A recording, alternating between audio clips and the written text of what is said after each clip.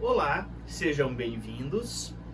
E nesse vídeo nós vamos falar sobre o mandato do presidente Fernando Collor e depois o mandato do seu vice Itamar Franco.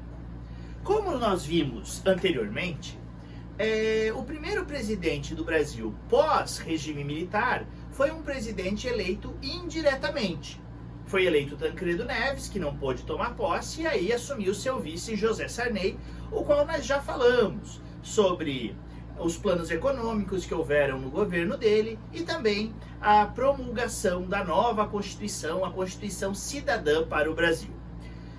Depois do governo José Sarney, a gente teve então um presidente eleito diretamente pela população brasileira que assumiu a presidência da República. Então aquilo que era tão defendido pelas diretas já, acabou acontecendo apenas no finalzinho do mandato do Sarney, quando se fizeram eleições diretas, e aí foi eleito o Fernando Collor. Muito bem. Sobre o Fernando Collor, nós então temos que falar um pouquinho como foram essas eleições para a presidência da República. A gente tem que entender que havia muitas décadas que não havia mais eleição direta para presidente no Brasil. E quando foi lançada então essa eleição, vários políticos resolveram testar a sua popularidade com a população, se candidatando à presidência da República. Realmente uma das características dessas eleições de 89 foi exatamente a quantidade de pessoas, de candidatos que houveram ali pleiteando a presidência da República. Vou mostrar um quadro para vocês que de certa forma demonstra um pouco isso. Esse quadro aqui fala um pouco de como estava a situação depois, mais atual, desses candidatos que na época se candidataram em 89. Então a gente tem aqui quem ganhou a eleição, que foi o Fernando Collor, que via de um partido pequeno. Fernando Collor não era, no início da candidatura, um presidente que despontava como realmente com grandes chances de ganhar essa eleição, de ganhar ali a presidência da República. O Fernando Collor vinha do Partido da Reconstrução Nacional, um partido pequeno, realmente um político que tinha certa popularidade ali em Alagoas, no seu da onde vinha o Fernando Collor, mas em projeção nacional ele não era conhecido. Então ele não era considerado um dos favoritos para essa candidatura. A gente tem aquele que disputou o segundo turno com o Fernando Collor, mas acabou não ganhando, o Lula, vindo do Partido dos Trabalhadores, de uma herança ali de atuação sindical, inclusive dentro do regime militar. A gente tem o Paulo Maluf, a Fife, Roberto Freire, Enéas, que depois se candidatou outras vezes à presidência da República, com o extinto partido Prona, Mário Covas, Leonel Brizola. Leonel Brizola era considerado um dos favoritos a ganhar a presidência, a ganhar essas eleições. Ele vinha ali do PDT, de uma atuação mais nacionalista, desenvolvimentista para o país, e realmente ele despontava como um grande candidato dentro do espectro político mais à esquerda. E o presidente da Assembleia Constituinte, uma grande liderança do PMDB que nós vimos, um partido que vem lá do MDB, aquela oposição tolerada durante o regime militar, uma dessas lideranças e que também despontava como um grande favorito a ganhar essas eleições era o Ulisses Guimarães, do PMDB. Fora esses, pessoal, que eram aqui talvez os mais conhecidos, que fizeram mais votos, a gente tem ainda muitos outros candidatos à presidência da República. Inclusive, foi candidato da presidência da República, para a gente ter uma ideia da amplitude das pessoas que se candidataram, a um comunicador muito conhecido, o Silvio Santos, que acabou, inclusive, tendo a eleição impugnada. Eu já vi entrevista posterior do Collor dizendo que eles temiam muito a candidatura do Silvio Santos, porque o Silvio Santos retiraria votos exatamente do grupo que mais votaria no Collor.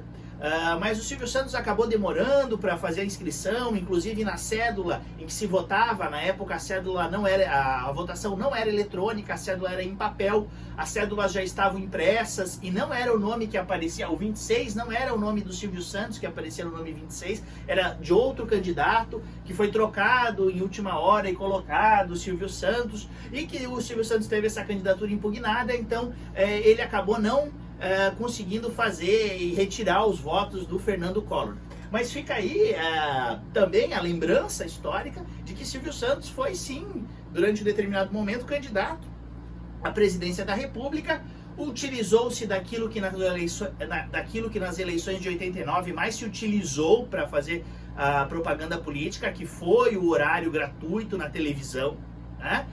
Ele teve então seu espaço na televisão dentro do horário eleitoral, e na época, sem as mídias sociais que a gente conhece hoje, sem a internet, realmente o grande foco de atuação dos políticos foi no horário televisivo, diferente do que acontece mais recentemente com essas novas tecnologias. Bom, feita essa grande disputa, no final, quem foi para o segundo turno foi Lula, dentro do espectro político mais à esquerda, com uma herança sindical, tendo uma proposta de políticas sociais para o país. A gente tem que entender que o país ainda vivia uma grande crise econômica, uma inflação galopante que não foi resolvida pelos planos econômicos do Sarney. Então isso era o grande tema da eleição, a questão econômica. E de outro lado, uma proposta bastante liberal, o Fernando Collor. Então, abrir as importações para que a indústria nacional ficasse competitiva, eram umas ideias do Collor, de privatizar várias estatais dentro de uma pauta liberal, era então a vertente, era a posição do Collor.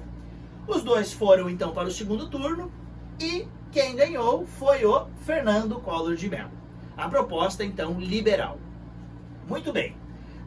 Quando assume então o Fernando Collor, a gente observa que ele assume no dia 15 de março e já no dia seguinte, no dia 16 de março, ele, junto com a sua ministra da Economia, ministra Zélia Cardoso, eles lançam um plano econômico que ficou chamado de Plano Collor, que tinha como objetivo principal exatamente resolver o problema da crescente inflação no Brasil. Esse plano, chamado de Plano Collor, foi um plano bastante radical, com medidas bastante extremas. Destacamos entre elas o congelamento de preços, e havia uma punição forte para o comerciante que não respeitasse esse congelamento, e talvez aquilo que mais ficou marcado na história brasileira e na população brasileira, traumático inclusive, o confisco de cadernetas de poupança, contas correntes e aplicações como a famosa Overnight, que era uma aplicação característica da época dessa grande inflação que rendia de um dia para o outro e que era utilizado como estratégia por grande parte dos trabalhadores para não ver o seu salário ir perdendo valor ao longo do mês. Então era muito comum as pessoas colocarem o seu salário nessa aplicação para que ele rendesse acompanhando a inflação e não ficasse desvalorizando numa conta que não tinha rendimentos, e aí o preço das coisas ia aumentando e o valor ali, sem aumento, acabava tendo um poder de compra muito menor ao final do mês. Mas enfim, foi confiscado esses valores. Das cadernetas de poupança, até 50 mil cruzados novos foi deixado, acima disso foi confiscado. Em outras aplicações como o Overnight foi ainda mais, o confisco foi ainda maior, até 25 mil cruzados novos, que era a moeda da época, acima disso foi confiscado. E qual era o objetivo do confisco? Tem uma lógica esse objetivo do confisco. Você retira dinheiro da população. Assim, há uma diminuição na demanda por produtos, por mercadorias, e a lei da oferta e da procura. Quando a procura diminui e a oferta se mantém igual, o que acontece? Bom, a procura por mercadorias diminui, há uma tendência de redução dos preços, ou pelo menos uma tendência contrária ao aumento dos preços, que é a característica da inflação. Então fez-se isso para a população realmente não ter dinheiro disponível, para o consumo diminuir, para a procura de mercadorias diminuir, a oferta se manter a princípio igual, a capacidade produtiva do país, e aí o preço ter uma tendência de queda, ou pelo menos de não aumento, o aumento que vinha acontecendo com a inflação. Foi traumático esse plano. Empresas, por exemplo, que tinham que pagar folha de funcionários foram orientadas a fazer empréstimos para pagar a folha. Pessoas que tinham dívidas para pagar se viram com o seu dinheiro, que contavam com ele para pagar suas dívidas sem ele. Realmente foi bastante traumática essa medida na população brasileira e não foi tão eficaz quanto se imaginava para o controle da inflação. A inflação ainda continuou alta, apesar de todas essas medidas drásticas. O dinheiro seria devolvido, né? Dentro de um prazo ali de 1 ano e meio, o dinheiro começaria a ser devolvido. O confisco era momentâneo para assegurar a questão da inflação. Mas mesmo assim, um tempo tão grande sem as suas aplicações deixou muita gente em condições financeiras complicadíssimas. E esse plano não resolvendo como prometia o problema da inflação, apesar das drásticas medidas, fez com que a população brasileira ficasse descontente com o governo Collor. Embora esse governo tenha tomado essa medida logo no início, então não foi suficientemente um descontentamento suficientemente forte para fazer com que a população exigisse naquele momento a queda desse governo. Aconteceu mais um episódio que levou sim ao pedido de impeachment do Fernando Collor e que o vice assumisse, o Itamar Franco. O que foi isso? Escândalos de corrupção.